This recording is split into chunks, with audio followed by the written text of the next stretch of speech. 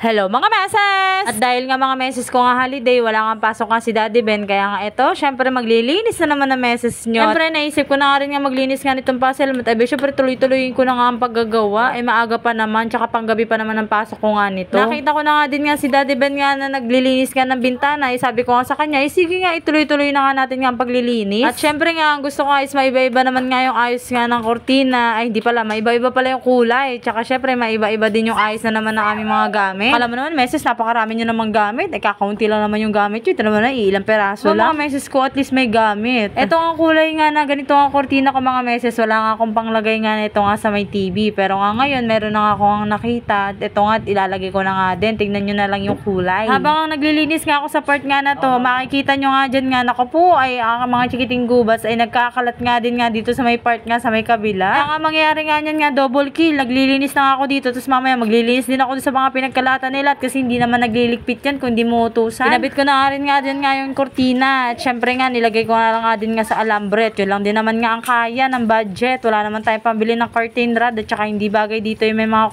curtain rod. Natapos ko na nga dito nga sa kabila. Syempre dito naman sa kabila magkakabit nga ng kortina. Pero syempre bago ko nga ikabit nga yung kortina, syempre ang ginawa ko nga muna nga din nga dyan nga sa kabila. Same lang din doon sa may kabila. Syempre nagpunas muna ako ng bintana bago ko kinabit yung kortina. Alam ka naman magkabit muna ako ng kortina bago magpunas ng bintana. Di wala din. At ito na nga mga meses ko, dito naman nga ako sa may bandangang TV. Ang ginawa ko nga dyan nga, syempre pinunasan ko muna yung TV para nga sobrang dumi. Ano ka ba meses, hindi talaga sobrang dumi. Talagang madumi talaga yung TV. At ito nga, tinatanggal ko nga dyan nga yung screen protector. Kasi ito nga, ayaw talaga ito ipatanggal talaga ni Daddy Ben. Kasi nga parang pinaka-protection nga daw ng TV. Try ko nga lang nga tanggalin. Pero sabi nga ni Daddy Ben, huwag ko nga daw tanggalin. Kaya nga binalik ko nga ulit. Wala akong makita na ganitong kulay katulad nga sa bintana nga ilalagay ko nga dito nga sa TV. Kaya nga ito na nga lang nga din nga yung napili ko, kulay pink. Kasi nga kulay pink din naman nga yung cortina. Mas maganda nga yung color pink. Hindi ko nga favorite nga yung color pink. Syempre, ito nga yung maganda nga din ng kulay nga na kombinasyon nga dito sa kortina. Kaya ano pa magagawa ko? Dito na lang tayo sa pink. Lipat ko na nga din nga dyan nga sa may tabi nga ng TV nga yung Durabox para nga may iba-iba naman. Syempre, alam namang ilipat mo lang yung Durabox. Syempre, yung nasa ibabaw, islinisan mo din. Lagyan mo din ng mga kung anong anek-anek. At saka, syempre, ayusin mo na din. Punasan mo. Ganun. Ito nga, tinanggal ko na nga din nga ito ang speaker. Yung mga stop toys nga dyan nga sa ibabaw. Syempre, ililipat ko nga din nga yan. Bago ko nga ilipat-lipat, syempre, ang ginawa ko nga is pinunasan at welesan ko nga din nga muna. Lagi mo nga iisipin pagka nga maglilinis kayo. Syempre yung linis na talagang linis. Hindi yung linis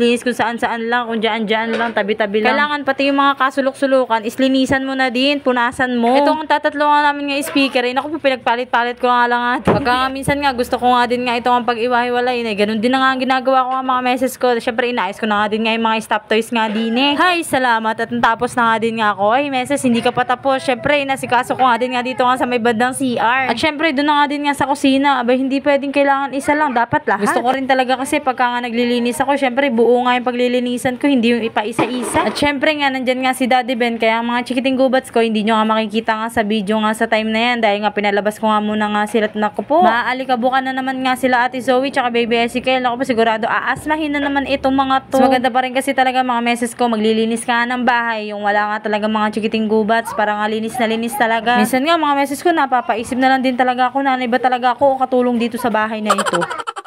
Pero minsan sinasabi ko na lang din talaga, siguro nga ganito nga talaga nga ang nanay, talagang linis, laba, luto, lahat. Talaga. Meron nga akong nakita nga na ganito nga mga meses ko, kaya nga sabi ko dito ko nga ilalagay nga mga condiments ko para maganda tignan, o diba, syala. Katapos nga ng lahat mga meses ko, syempre hindi pa nga rin nga tapos, kailangan nga ni meses nga maglampaso. Pinag-iisipan ko nga mga meses kung lalagyan nga namin nga to ng linoleum o di kaya lalagyan nga namin ng floor wax. Pagka nilagyan ko nga to nga ng floor wax, sigurado madudulas nga yung mga chikiting gubas ko dito. Pag naman nilagyan ko naman to ng linoleum, sigurado naman napakabaho ng ilalim nito pagka tumagal. Maigi na lang din nga siguro nga talaga na ganito na nga lang o di kaya yung vinyl tiles.